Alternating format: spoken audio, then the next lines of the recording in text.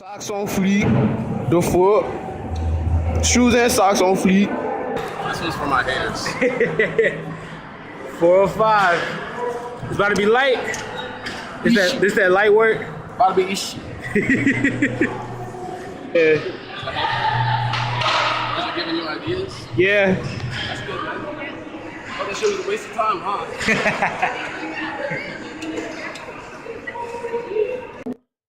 HuskyBoyBarbenders. I'm drunk, I'm rich, I'm flexing. Ain't that a bitch? I'm drunk, I'm rich, I'm flexing. Ain't that a bitch? Ain't that a bitch? Bitches all on my jock, they want my dang-a-line. Swinging all on my nuts like an orangutan. $500,000 car, $500,000. Raw and uncut, telling you what's up. You're lifting with the HuskyBoyBarbenders. bending some bars. Y'all know what it is. Tell them what we doing today, Bruce. Today we did. Actually, I really don't know what we did. Oh, one rep on squat. Okay. I even forget that. It's right there on the screen, Bruce. It's a part of the program now. Coach Brewski, Can't remember. Thomas was asked what we did, and Coach Brewski's supposed to forget. Anyway, though.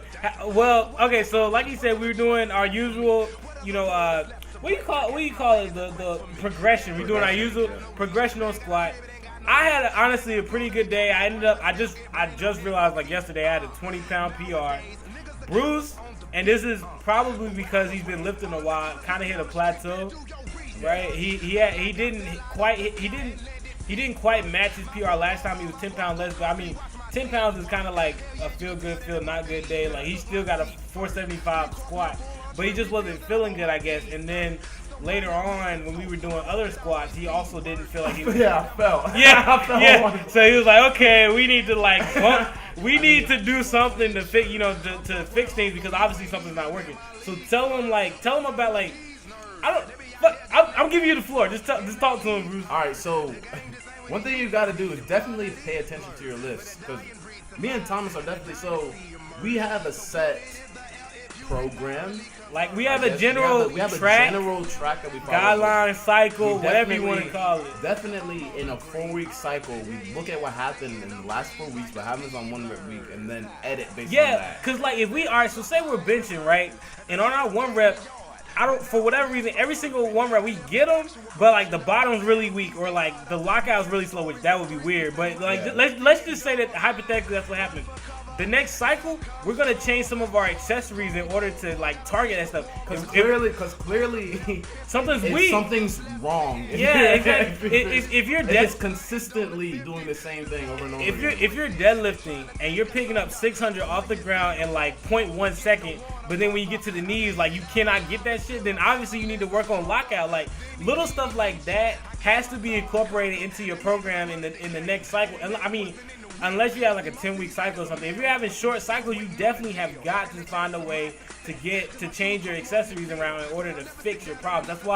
That's why we do our 1 rep every month, because I feel like when you start going to 5, 6, 7 weeks, like you can go for a long time training wrong, and that's just gonna make your plateau last longer. Honestly, I feel the same way. One thing I also feel is that a lot of the times when I see people do their accessories, someone would be, let's say someone's extremely fast off the ground, like nasty off the ground. Yeah, like Lily Bridge off the ground. Lily Bridge off the ground. why would you ever? And we did deficits just because we started to get slow off the ground. Yeah. Once again, emphasis on we watch what happens and then edit it. Yeah, exactly. Why would you ever do deficit deads or anything that works? If you have a shitty lockout. If you have a crappy lockout, but your speed off the ground is insane. Yeah. Like I swear, I see that all the time. I'm like, why are you doing? Why are you gonna specialize in speed and then be ass in form? Oh my. I do not. I will never understand that. Like I don't understand why. I don't understand why nobody is telling people stuff. Like if you're watching a nigga and it looks like he's pissing at the top of his deadlift, he's more than likely putting all the weight on his lower back and is gonna snap that shit eventually. Like Like you have got to learn to squeeze your glutes and lock your knees. Like I see a lot of y'all favorite YouTubers out there doing that shit, and you know maybe they're like, oh well, competition's not coming up. Where a lot of them are also saying that you should train for competition. So if you're training for competition, why are you gonna slack off on some very important aspects? And then try to go hard on other aspects. Other aspects you don't need to work. Y'all are BSing. Yeah. There's no other like word for it. You can't even back out of it. Y'all are BSing. You can't tell me that the reason why you squat and deadlift in the same day is because that's how competition style is. But then you can't even lock your knees on your deadlift.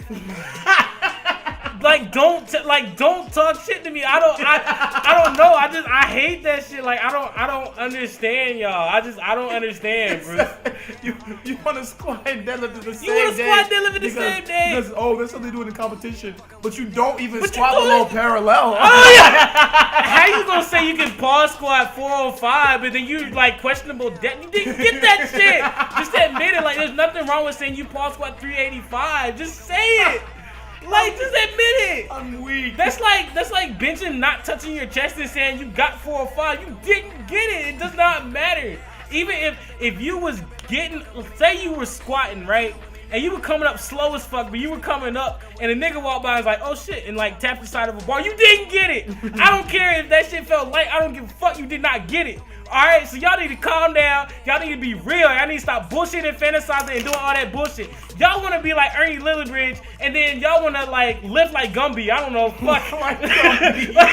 Y'all aren't serious, man. Y'all are just some bullshit, fake ass niggas. That's all I'm gonna say. I mean, honestly, I don't know. Y'all just struck a nerve. Like, I hate that shit, man. Like, it's not even that I want to be mean to anybody, but I want y'all to really wake up and realize, like, how y'all are hurting yourselves. Y'all are hurting yourselves by using belts before you're even squatting forward. Y'all are hurting yourselves by using wrist wraps on bench, and you're not even squatting, like, 3-something. Like, you shouldn't be... like, for real, like, your wrists are weak. Work on your grips. Work on your... Exactly. Don't use wraps. It's going to make you worse. Don't use a belt. It's going to make you worse, like, with tightening your core. And it's not going to help you. That's why people need belts on, like, bench and stuff, because they haven't worked their core enough to where they can do it without it. But, I mean, I don't know. That's just our 2 cents. That's all we got to say. Comment, like, and subscribe. Peace out, YouTube. Bye, guys. Fucking with me now. Fucking with me now. Fucking with me now.